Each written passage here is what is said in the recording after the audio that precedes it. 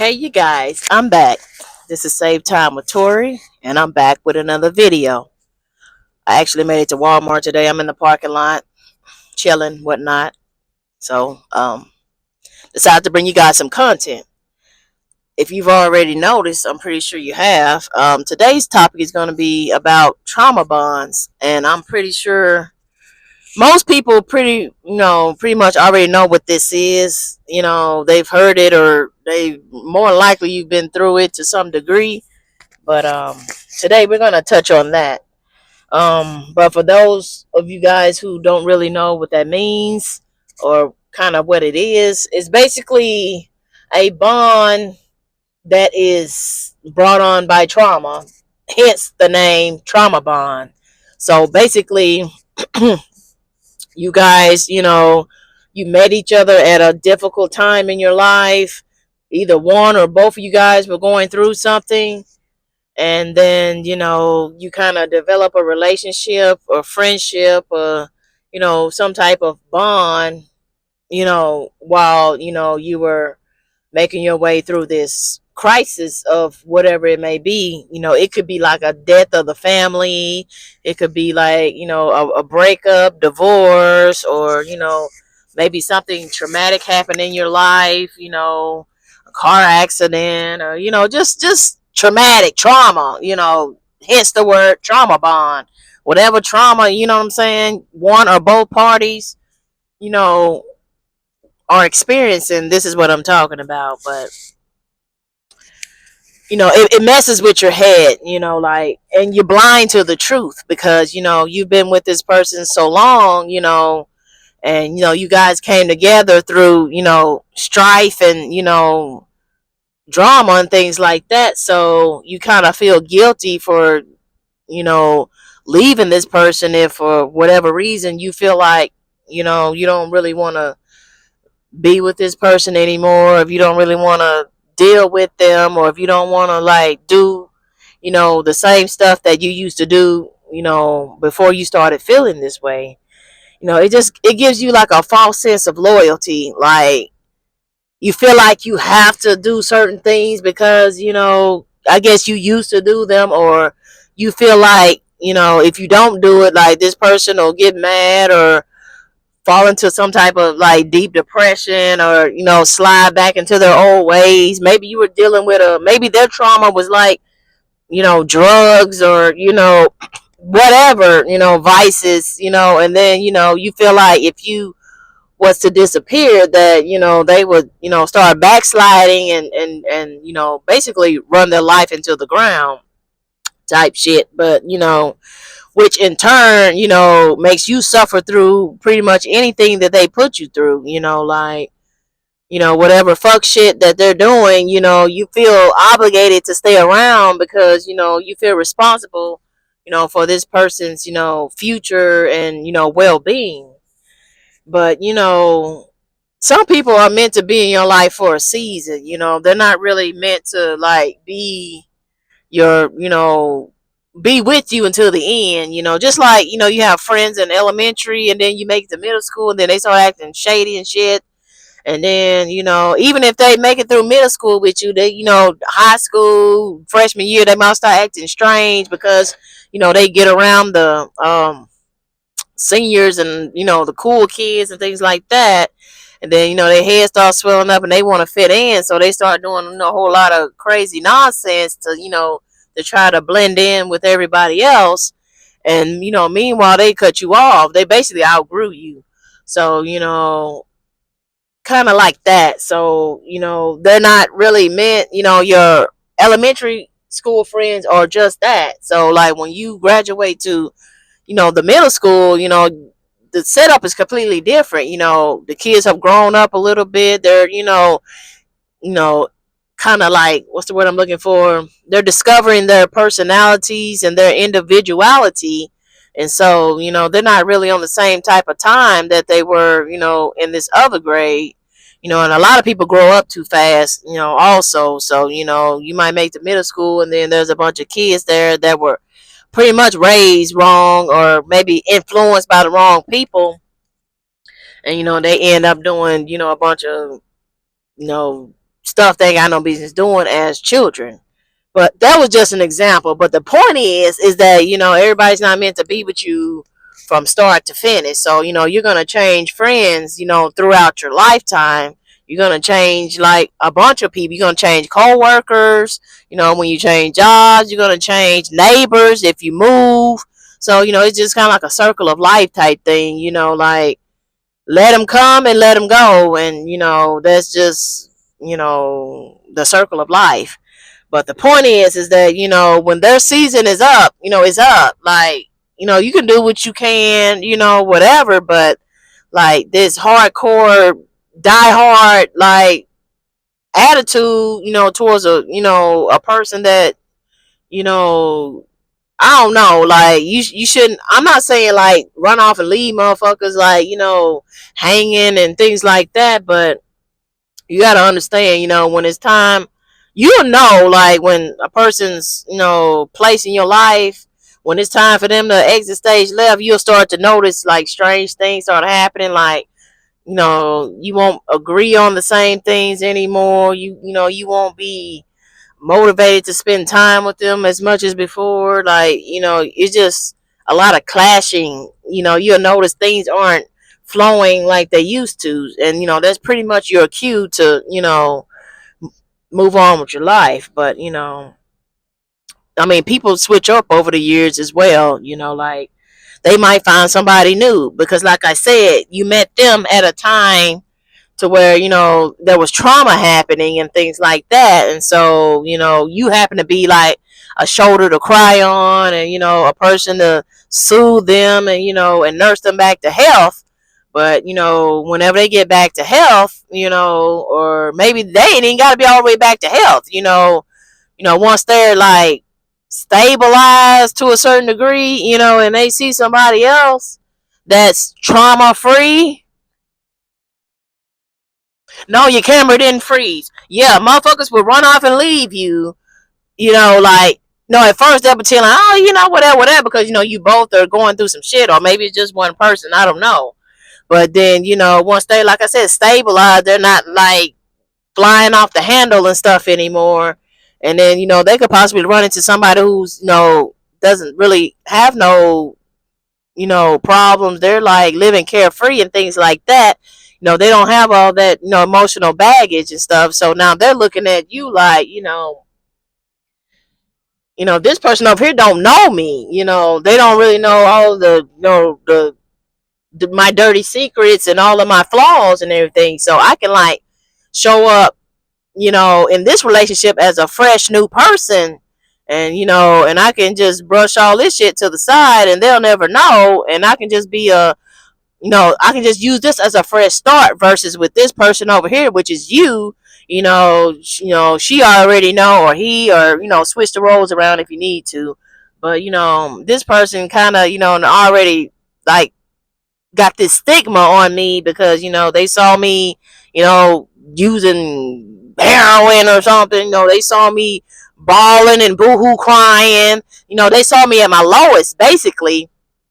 And so now, like once I heal, it's kind of embarrassing. I'm kind of ashamed to like face this person now. But you got this new person over here that don't know nothing about nothing.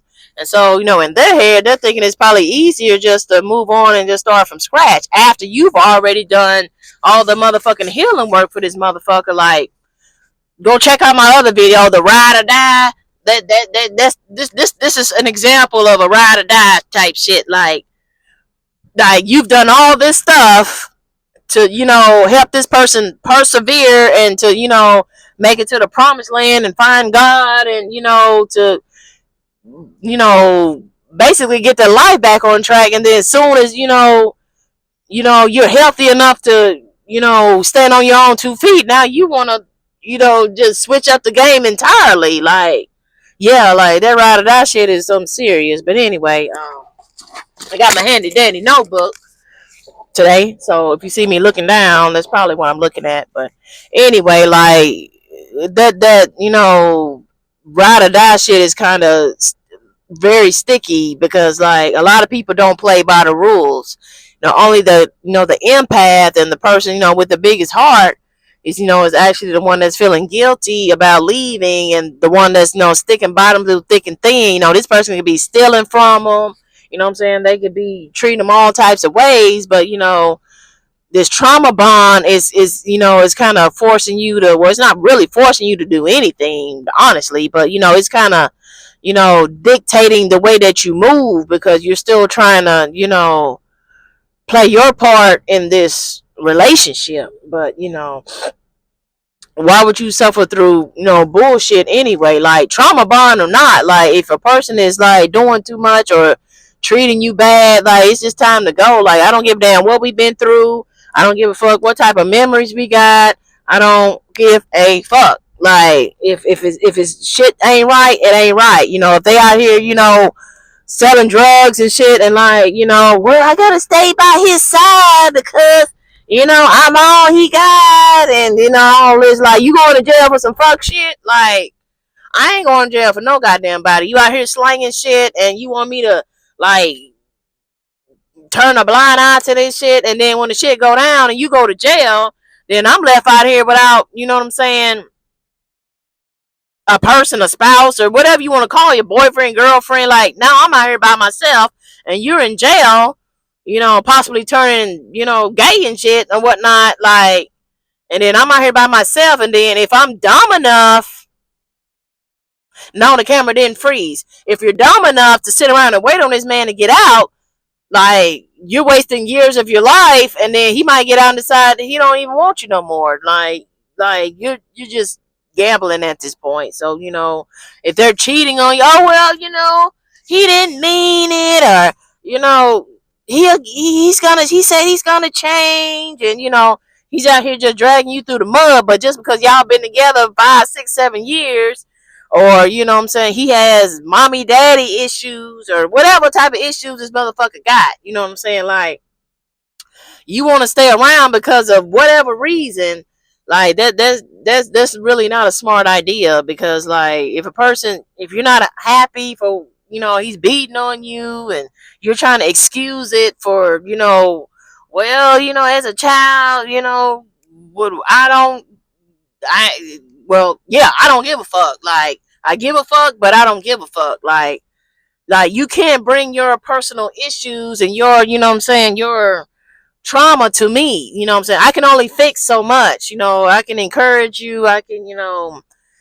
like, the help stops here. At some point you gotta help yourself. You gotta put in some effort on your behalf too. You can't just start beating on me just because you're depressed, or just because you're in your feelings and you lost your job today, so you gonna come home and take it out on me. Like, no, that ain't what the fuck we doing. Like, if you're unhappy for whatever reason, I don't care, like, what type of bond y'all got, it's time to go. Like, you can't let people, like, disrespect you and treat you all types of ways just because that's your A1 day one. A1 day ones shouldn't even be treating you like that in the first place.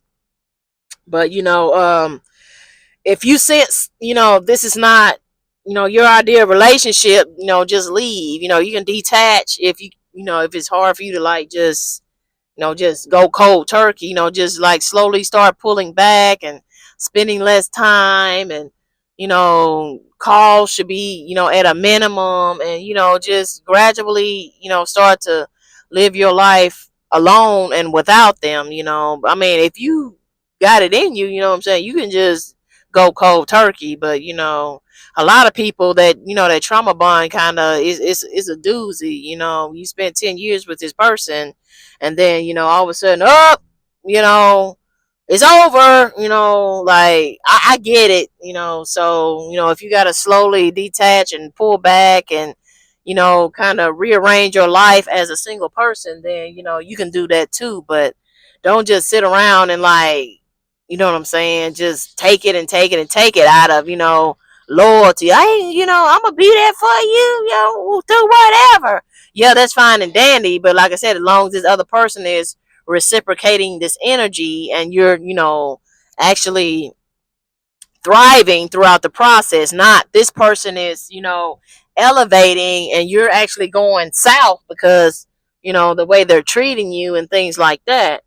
And there are other men out here that will love you too. Like, just because this person, well, oh, they finished my sentences, oh, they get me, and we like all the same stuff, and he's cute, and we just perfect for each other. Like, everybody said that at least once in their life, and then a year or two later, then they meet somebody else that's even better than the last person, and then they get attached to that person. Then when that relationship goes to shits, and then then the next person, oh well, I know I said that about this and this person, but this person actually, what I'm saying, like, it just, you can always find an upgrade, basically. But this is where I'm going with that. But like, don't think this is the last person on earth that you can be with. But like I said, if you've outgrown them, then you've outgrown them. Like, if you've elevated and you've healed yourself, and you're on the road to recovery,